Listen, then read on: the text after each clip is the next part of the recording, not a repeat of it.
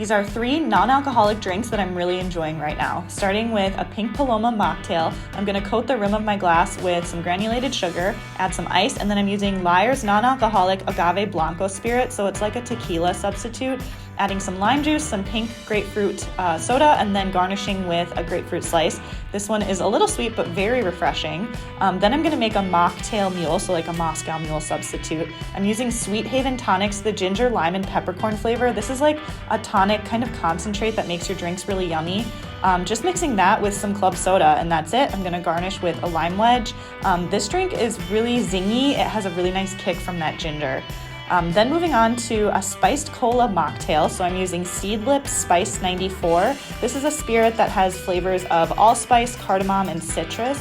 So I'm just mixing that with some cola, and that's it. This one has a really nice spiced aromatic flavor. It's a really cozy kind of drink.